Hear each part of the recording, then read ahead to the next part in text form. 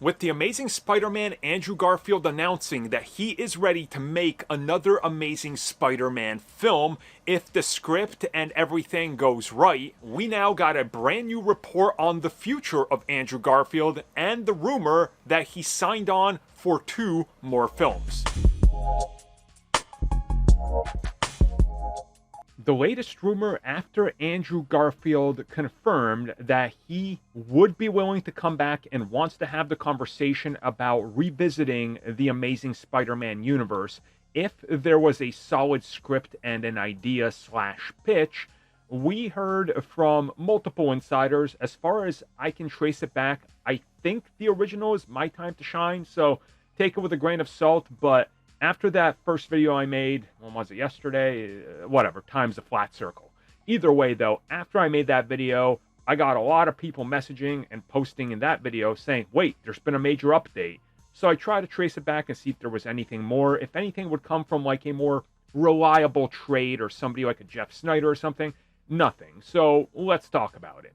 So this to me feels like that what is happening is that Andrew Garfield probably has had conversations with either Sony or Marvel Studios, and they're looking to do something.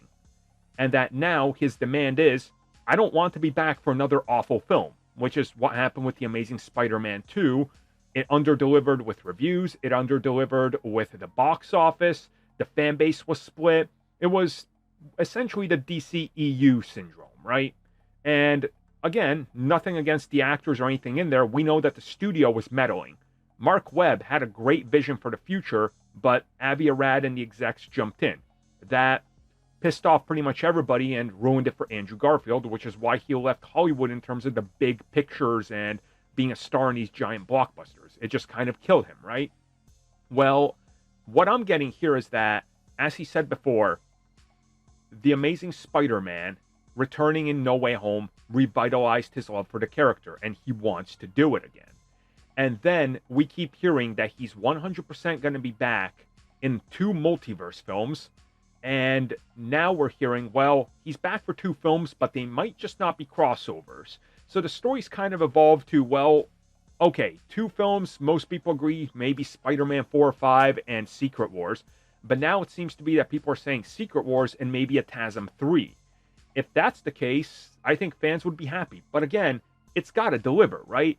They can't just put out a film that people aren't going to enjoy. That's going to be problematic. That's going to follow the same mistakes that the first and, well, really the second film did. I think that's a problem. So whether or not I believe this, which I don't fully, I still think, and I've heard some rumblings about Spider-Man on film that nobody's reported on, that states things aren't as clear-cut as people seem to think they are. That's all I can say until I get more on it. But to me, I think that there's a want from everybody. But there's something going on with Spider-Man that's inherently stopping a lot of Spider-Man from happening, including massive delays to what should have been a film that was greenlit weeks after the last film made over $2 billion. There's something else going on with Spider-Man. We'll talk about it. I might make a video on it. I've reached out to somebody in regards to this. They were my TASM source. And you guys know that my TASM sources were on point with everything. It's all been collaborated. Everything I've said about the film and their spin-offs has been confirmed. I reached out to him, or her, not spoiling who it is. So when I hear something, I'll report back on it, but I could legitimately see Andrew back for another 2 films, let's say. Now, I do want to focus on something else which is really interesting, because he's saying this right as the rumors are swirling that he will be featured at the end of Venom: The Last Dance or a post-credit scene, or that when they were shooting the scenes in New York with Eddie Brock, that he's going to run into that universe's Peter Parker, and it is Andrew Garfield. Now, let's say that that's what happens. Let's say that that's the hypothetical scenario, and that turns out to be true, right? If that's the case, then everything is sort of out the window with the preconceived notions that we had of what they could do, what they're allowed to do. Because, yes, Tom Hardy, as most of you know, recently said, this is the last dance. This is the last film I'm doing. I'm done with this character in this trilogy.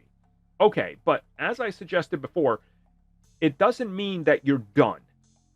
And what if the next step is, hypothetically again, if the post-credit or ending of the film is Tom Hardy runs into Andrew Garfield's Spider-Man, they established that these films did exist in the same universe.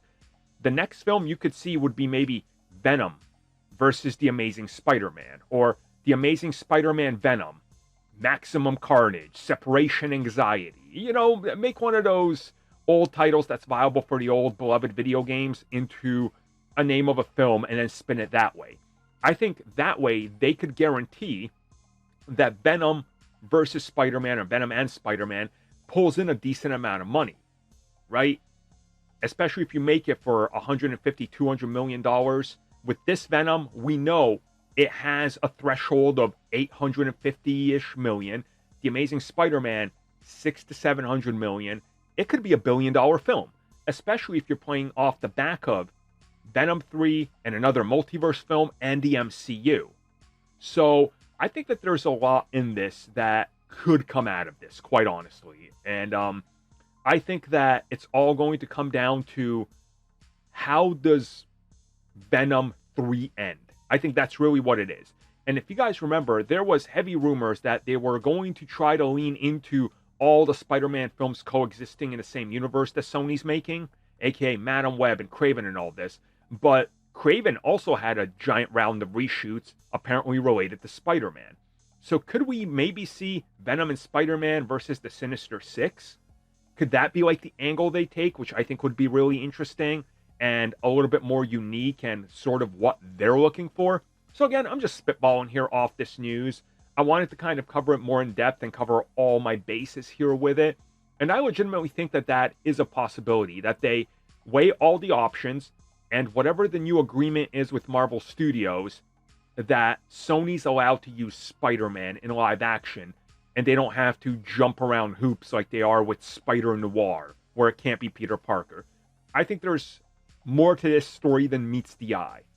So we'll talk more about it in due time when we start finding out what happens in Venom and when we see it for ourselves. And if it's true, it ends with Andrew Garfield showing up, then I think it's true. I think he's 100% back for 2 more films, and one of those will be The Amazing Spider-Man 3, or Spider-Man and Venom, technically serving as a third entry for the character's franchise.